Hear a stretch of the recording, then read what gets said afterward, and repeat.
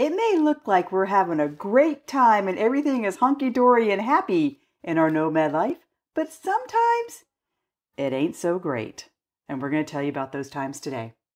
Who are we? We are Chris and Steve. This is Chris. I'm Steve. Eat, Walk, Learn. We have been traveling the world for going on our 4th year now. Been in, I don't know how many different continents and how many different countries that we've been to. But we left our home in Denver, Colorado back in 2021. We sold everything that we own. We sold our house. We sold our car. We sold all the belongings, everything except what could fit into 2 carry-on bags. And we we left and we took off. And some things happened that we didn't expect to happen. We were on this great, amazing, adventure plan idea. And our first stop was to go to the UK, to go to England for a house sit. And what happened? Yeah, what happened? Yeah, so, but up to this point, I mean, if you read about this in our book, 2 Carry-Ons and a Plan, you know that for 2 years, we were planning and planning and planning, and we were getting rid of stuff and disposing of stuff and making plans and knew that we were leaving. And then May 2021 came, and then we left, and all of a sudden we were in our nomad life. And it was very exciting. And it was for 2 years, the adrenaline of go, go, go, go, go, change, change, change, change, change, transition, transition, get ready, get rid of, and go. It just maintained us. And then all of a sudden, so now we've launched, and we drop our kid off at college. We drop our dog off at my stepmom's house. And we find ourselves in Kent, England. We've gone to the gym. This is the first week of our international nomad life. And we go to the gym. We're walking back from the gym. And I step off the curb and my knee goes. And I'm like, oh, this isn't good. Do you remember? Yeah, I do remember. I remember you being in a lot of pain and it being a real challenge for you at the time. Yeah, but I really thought that it was no big deal. My knee was going to be fine. I could just put some ice on it and some ice and rest and all that. And it was not good. I couldn't straighten my leg. It was it was bad and it got worse. And so I started realizing that this might be something I need to actually get some real care for. And so we started making phone calls and going to go see doctors, and we went to a chiropractor, and we went and I got hyaluronic shots and cortisone shots and so on and so forth. And we realized at the time that we were going to be in the UK for a little while, and then we thought we were going to go to Greece. Well, COVID was happening, blah, blah, blah, blah, blah. We end up in Mexico. And in Mexico, I saw a knee doctor, and the story was not good. Yeah, at that point, you were still in a lot of pain. Things were not getting better, and it seemed like it was going to be you needed help. Yeah. So this is what was very interesting is. So I bust my knee in England. We go to Scotland right after that, and I couldn't really move, and I was in a lot of pain. And even though I was in pain, I could take aspirin and ice, and then Steve and I could go out and do things. But Steve once said to me, he says, you know what I remember about that time is all you did was you sat in a chair. I do remember that. And there was also when we were in the Lake region in England, and we had this hike planned, and you were so excited about it. And you said, you know what, I can't get out of bed. Yeah. And this was a real challenging time because, we were go, go, go and excited and having so much fun and you couldn't move. But not only could I not move, but I was really gloomy and really sad. And when I look back at it, I certainly was depressed. Now, I just want to be sensitive here in that I was not diagnosed with depression, and I don't want to say that I was clinically depressed. I was emotionally depressed and down and sad. And here I'm trying my hardest to put a smile on my face for Steve because Steve, he's just retired and he's just launched and he's now living his life and having a great time. And I'm in pain. I don't want to do anything. And I'm super sad, but I can't understand the sadness. All I can understand is the pain that's in my knee. So we end up in Mexico. I see a knee doctor, and the knee doctor said, you need a new knee. So at that point, then we started doing all this planning to try to figure out where I was going to get knee surgery, how I was going to get knee surgery, and so on. We ended up in Kuala Lumpur, Malaysia. You can watch the video here. I end up getting orthoscopic surgery and stem cell replacement, and my knee gets repaired. But the problem was, even though my physical pain was gone, I was still having a lot of emotional pain, and I couldn't understand what was happening. Because like Steve had said, I'm always a happy-go-lucky, like nothing really ever bothers me. Everything kind of rolls off my back. And here I'm gloomy and doomy and yucky. Yeah, and there was a challenge in, you're getting ready to have an operation on your knee is very emotional. And then there's the recovery time, which certainly there was a lot of pain. But there was also still a lot of emotional distress. And I could tell that things, there was something underlying. There was still something, as the knee was getting better, I wasn't getting something better. There. Yeah.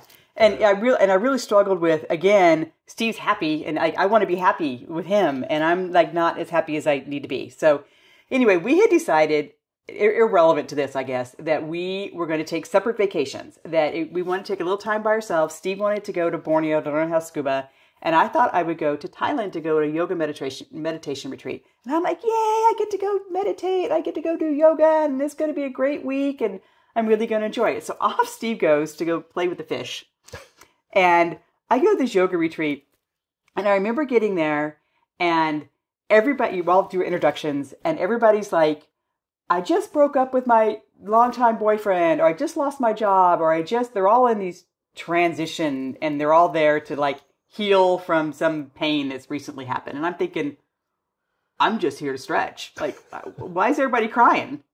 So, and we couldn't talk to each other. We were both on digital detoxes that week. So anyway, it was about the third day in of the yoga retreat, and I'm feeling great. The yoga's good. My knee feels great. I'm stretching. Everything feels great. I start crying, and I don't stop crying for 5 days.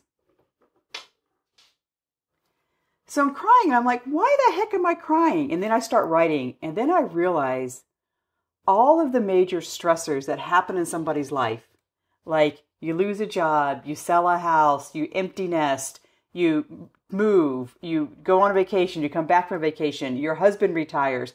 All of those things, all had happened to us, all at the same time, all in just 1 month's period. I mean, back in 2021, May was like this giant transition time, and we got rid of all of our stuff. We not got rid of our dog. We rehomed our dog to our stepmom. I no longer had my favorite things, my favorite clothes, my favorite art, all the things that I loved and collected throughout my life, I had sold or given away. And I'm like, holy cow, maybe this is grief. And you're like, whatever. I'm 60 feet below the ocean taking pictures of fish. Yeah.